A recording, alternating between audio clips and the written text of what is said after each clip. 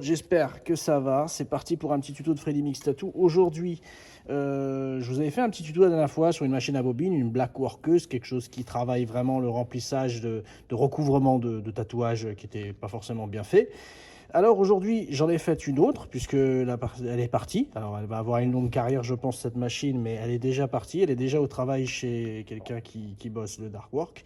Voilà, donc, et en même temps, j'ai reçu un petit coup de filière avec une personne qui me demandait si les machines Oslo étaient très bien. Et je lui ai proposé, pour avoir une machine play performante, de mettre un ressort avant Sunskin dessus. Comme ça, du coup, ça va lui faire une machine avec un bon punch.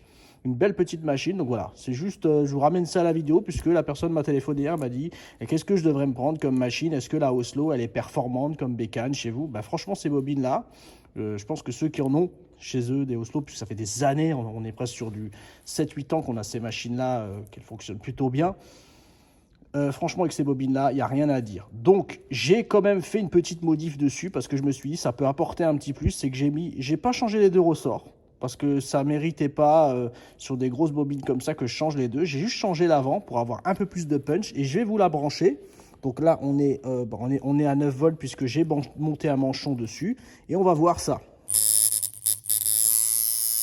Voilà. Donc 9,2 volts, d'accord. Donc le d'outil, hein, on traîne aux alentours des 50, 52, 53, ça ne me pose pas de souci à moi. Mais après derrière, est-ce que la machine, ouais, déjà on voit là à la caméra, c'est bien la caméra, on voit qu'il rebondit bien, quoi, il claque bien le ressort et il freine relativement vite.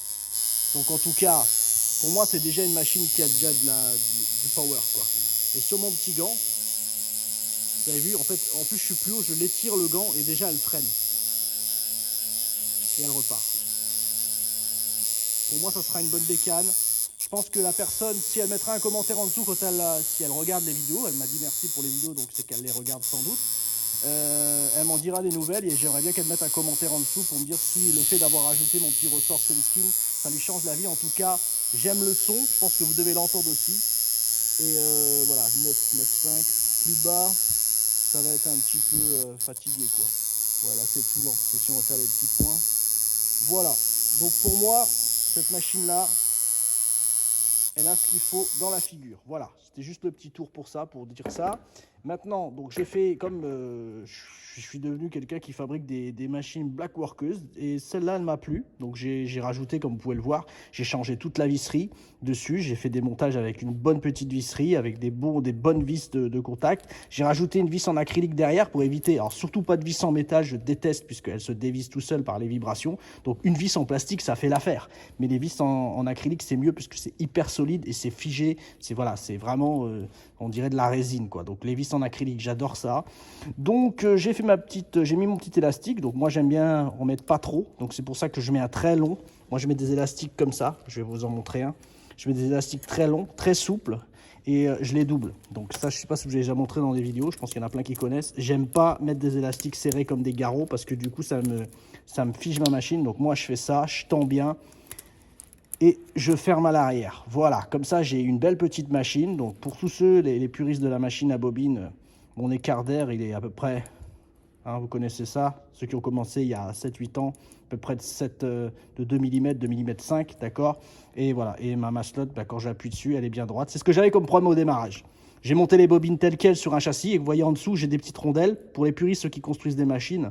Et je me suis rendu compte que quand je mettais ma maslotte à plat, elle tirait la figure, elle tirait la tête vers le bas, elle plongeait comme ça, Donc du coup, bah, j'ai rajouté une rondelle en dessous, et ça a relevé, et du coup ma barre elle est quasiment droite, hein. Je suis pas non plus le roi du rock, donc du coup voilà, elle est quasiment droite. Et par contre quand je la branche, et ben, j'ai ce qu'il faut, j'ai le voltage et j'ai quasiment tout qui est bon et elle est juste magnifique. Écoutez-moi ce son.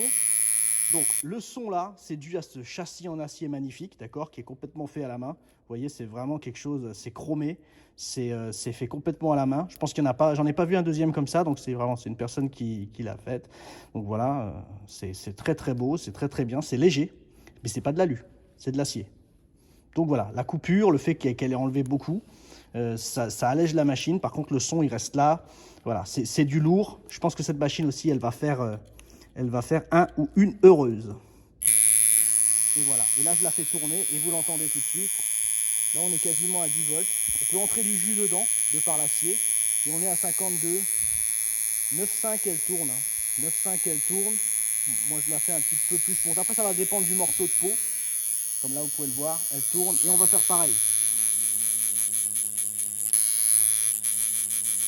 Et elle est pas mal. Elle pique bien. Moi, je la mets à voilà, 9,4.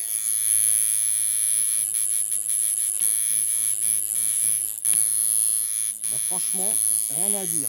Sortie d'aiguille, elle la lance combien? Donc si on arrête la machine, on est à la sortie, on est à fleur de peau. Là, je sais pas si vous le voyez. Voilà, fleur d'aiguille. Donc j'ai juste la petite pointe qui dépasse un tout petit peu, de même pas 0,2. Et quand je l'envoie, je vais vous dire combien j'ai. Je sais pas tout ça si on voit à la caméra.